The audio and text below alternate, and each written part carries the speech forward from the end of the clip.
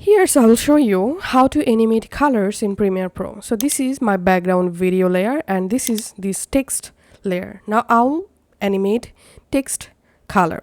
So first of all, I'm just duplicating this text layer multiple times by holding down the Alt key and dragging to duplicate this text layer just like this.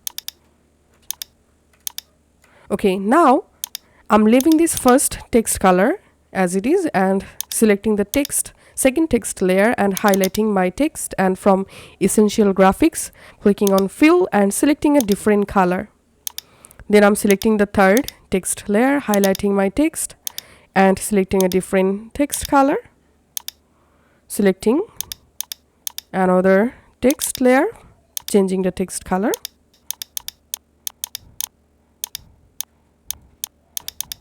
and now we have to add transitions. So hover over on between two text layer clips and right click on Apply Default Transitions and go ahead and add transitions just like this.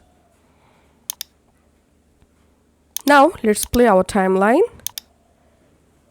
and here we can see a very basic color animation successfully created. That's it for now.